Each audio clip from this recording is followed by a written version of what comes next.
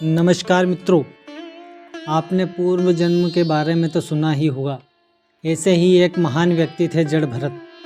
इस वीडियो में हम जड़ भरत के 3 जन्मों के बारे में बात करेंगे।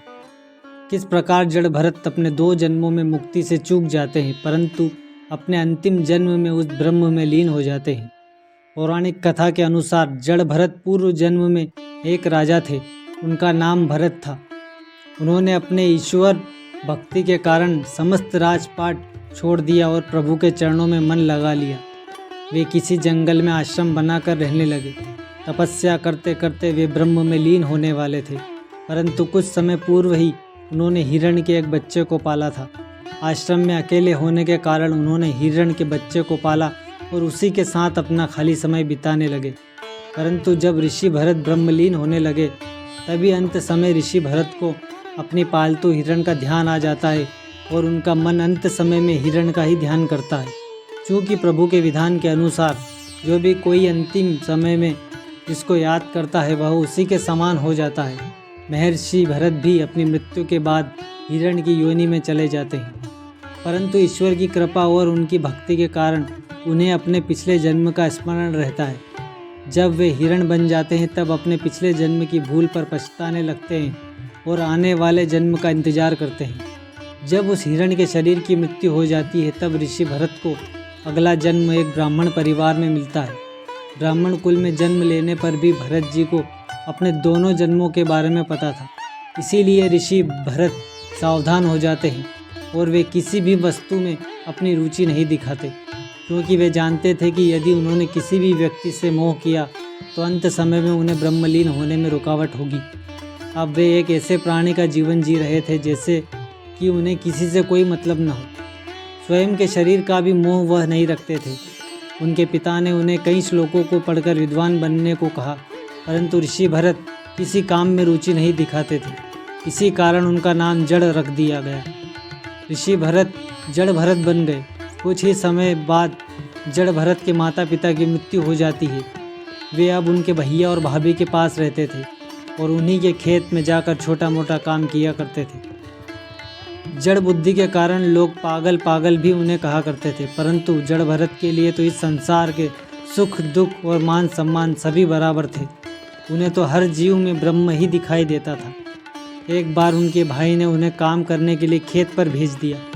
तभी किसी गांव में एक डाकू ने संतान प्राप्ति हेतु एक आदमी की बलि देने का वचन लिया, परंतु किसी कारणवश बलि चढ़ाने वाला व्यक्ति वहां से भाग जाता है।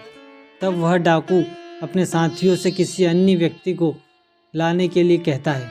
तभी डाकू के साथी लोगों की खेत पर बैठे हष्टपुष्ट जड़ भरत पर नजर जाती है। वे जड़ भरत को पकड़कर डाकू के पास लेकर जाते हैं।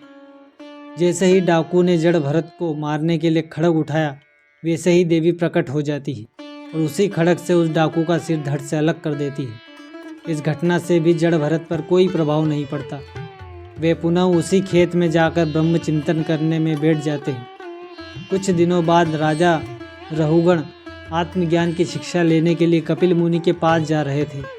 तभी चलते चलते मार्ग में पालकी उठाने वाला एक कहार की मृत्यु हो जाती है। तभी राजा अन्य किसी व्यक्ति को ढूंढने के लिए अपने सैनिकों को भेजता है। तभी उन्हें मार्ग पर चल रहे जड़ भरत दिखाई देते हैं। जड़ भरत देखने में हष्टपुष्ट थे, इसीलिए सैनिकों ने उन्हें पालकी उठाने के लिए रख लिया। बिना कोई प्रश्न किए जड़ भरत पालकी को उठा लेते हैं, परंतु जैसे जैसे जड़ भरत आगे बढ़ते हैं वैसे वैसे पालकी में झटके लगने लगते हैं, क्योंकि जड़ भरत नीचे चल रहे छोटे छोटे कीड़ों को भी अपने पैरों से बचा रहे थे। वे नहीं चाहते थे कि कोई भी जीव उनके पैरों के नीचे आकर मर जाए, इसीलिए वह कूद कूद कर छोटे बड़े कदम रख रहे थे, जिसके कारण पालकी झटके मार रही थी और अन्य कहारों को भी चलने में असुविधा हो रही थी। जब राजा को पालकी में झटका लगता है तो राजा जड़ भरत को ठीक से चलने को कहता है और उसे चेतावनी देता है कि यदि वह ठीक से नहीं चलता है तो उसे उचित दंड दिया जाएगा। राजा रहुगण की बात सुनकर जड़ भरत मुस्कुरा देते हैं और कहते हैं कि राजन, आप सिर्फ मेरे शरीर को दंड दे सकते हैं, मुझे नहीं। मैं एक आत्मा हूँ, शरीर नहीं। मैं दंड और पुरस्कार दोनों से परे हूँ। दंड देने की बात है कि आप तो मुझे छू भी नहीं सकते। जड़ भरत की ज्ञान भरी वाणी सुनकर राजा रहुगण आश्चर्यचकित हो जाता है। राजा पालकी से उतरता है और जड़ भरत के चरणों में गिर जाता है और कहता है कि महात्मा, मुझे क्षमा कीजिए और कृपा कर अपना परिचय दीजिए। कहीं आप कपिल मुनि तो नहीं जिनके पास मैं आत्मज्ञान लेने जा रहा हूँ। तब जड़ भरत जी अपने जीवन के बारे में बताते हैं, किस प्रकार वे हिरण के मोह के कारण ब्रह्मलीन होते होते रह गए, किस प्रकार मोह के कारण वे 3 जन्म ले चुके हैं।